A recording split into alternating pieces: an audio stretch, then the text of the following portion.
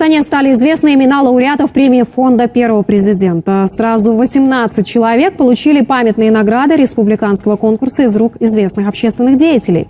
Одним из лауреатов стал и суперпопулярный сегодня Димаш Кудайберген.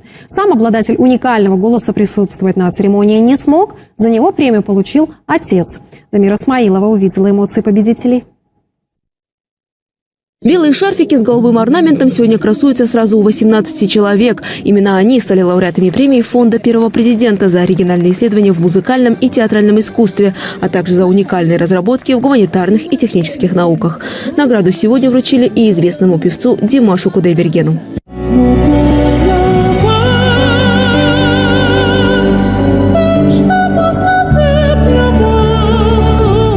Димаш, популярность которого взлетела до небес, в Поднебесный приехать за наградой не смог. Сейчас он активно готовится к 8-му туру китайского музыкального конкурса, поэтому награду за сына получал отец.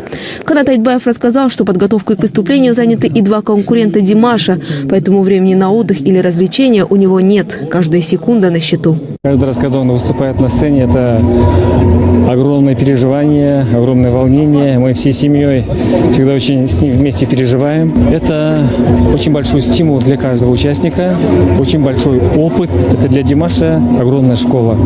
То, что он участвует там, это уже для него большая победа.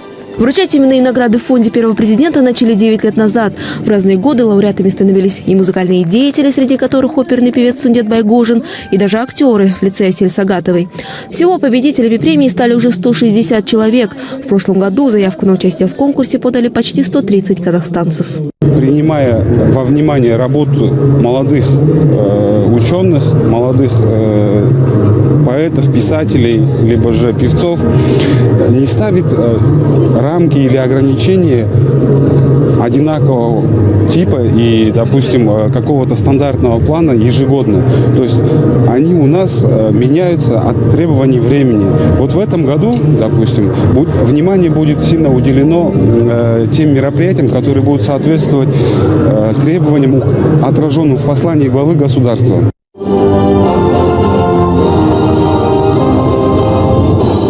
Принять участие в конкурсе и стать лауреатом премии фонда может любой желающий. Заявки организаторы начнут принимать осенью, продлится набор до конца декабря. Представить свою работу на суд авторитетного жюри казахстанцы могут в любой интересующей их отрасли. Ограничения есть только возрастные – от 18 до 35 лет.